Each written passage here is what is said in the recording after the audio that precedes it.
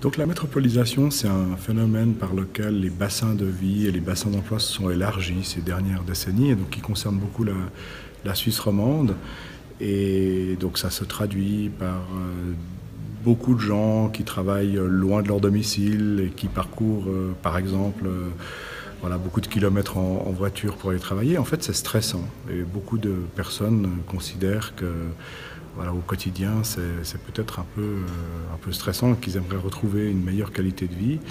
Et j'ai l'impression, mais c'est toujours difficile de prédire l'avenir, mais qu'on est peut-être bientôt à la limite de ce phénomène et qu'on va avoir à l'avenir peut-être davantage de retours sur des formes de proximité connectée où les gens sont davantage chez eux, travaillent en partie chez eux et finalement ont un rythme de vie qu'ils maîtrisent mieux, sont un petit peu moins stressés. Et je pense que les systèmes de communication à distance tels qu'ils se sont développés ces dernières années vont le permettre de plus en plus. Et c'est pour moi une des tendances qui risque de se développer à l'avenir.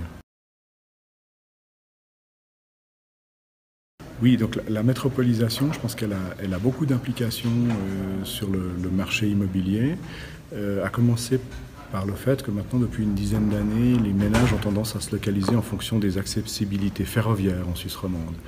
Et donc ça signifie qu'il y a sans doute une prise de valeur des terrains qui sont situés à proximité des gares dans un rayon de 5 à 10 minutes à pied. Et donc ça a une application assez directe sur le marché immobilier.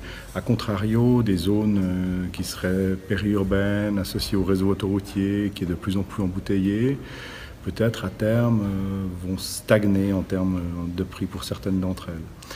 Maintenant, si on regarde l'avenir, on peut imaginer une hybridation des marchés en ce sens que il est probable qu'on travaille davantage chez soi à l'avenir, en partie.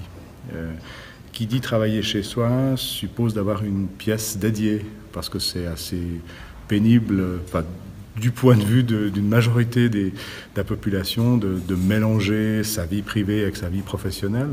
Donc ça signifie d'avoir des logements plus grands ou d'avoir des logements hybrides qui soient à la fois logement et lieu de travail.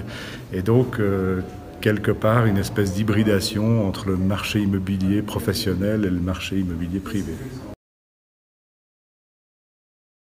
Alors avec le phénomène de métropolisation et avec la manière dont s'est développé le territoire en Suisse romande ces dernières années, je pense qu'effectivement c'est de plus en plus complexe de segmenter. On arrive à identifier des groupes, ça c'est pas le problème, mais ils sont de plus en plus nombreux. On est face à une grande diversité de modes de vie. Et ça rend, ça rend la segmentation ou la nécessité de segmentation beaucoup plus fine. Mais je pense que c'est un exercice qui est important parce qu'on a des niches de marché qui sont assez variées et qui se sont beaucoup diversifiées ces dernières années. Alors moi je pense qu'au vu des lois qui ont été récemment votées, au vu de la difficulté à construire dans les grands centres pour des questions liées à des oppositions à la densification, moi je pense que l'avenir de l'urbanisation va beaucoup se faire dans les petits centres urbains. Des villes de 5 à 10, 15, 20 000 personnes qui seraient bien connectées au rail et qui offrent un tissu de proximité assez riche. Il y en a toute une série dans le canton de Vaud et je pense que c'est ces localités-là qui ont peut-être le plus d'avenir si on pense au mode de vie, aux aspirations de la population en la matière.